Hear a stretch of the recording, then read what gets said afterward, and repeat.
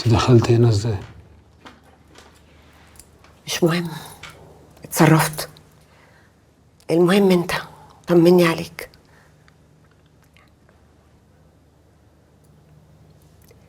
انا عرفت انهم هيعرضوك على لجنة الطب النفسي عشان يتأكدوا اذا كنت كذاب ولا صادق. او يتأكد اذا كنت عاقل ولا مجنون.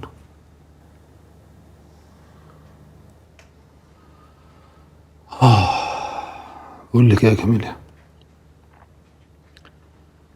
ما تشغليش نفسك بيا. انا مستاهلش اي حاجه تعمليها عشاني. ادهم انت ما ينفعش تستسلم بالطريقة دي. انا متأكدة ان انت ما قتلتش فريدة.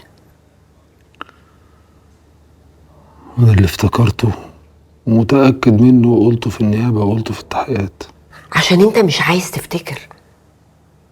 انت حابس نفسك جوه فكرة واحدة بس ومش عايز تخرج براها. حاسس بالذنب عشان اتخانقت مع فريدة قبل الحادثة. ممكن تكون زقتها مثلا، بس ما قتلتهاش.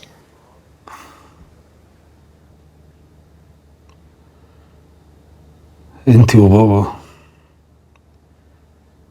الاتنين الوحيد اللي شايفين ان انا ما عملتش حاجه.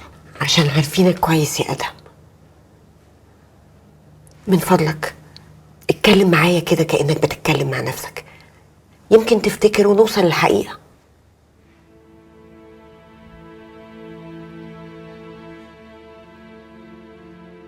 بقول لك اخلص. لا مش هخلص، عشان انت لازم تعرف الحقيقة.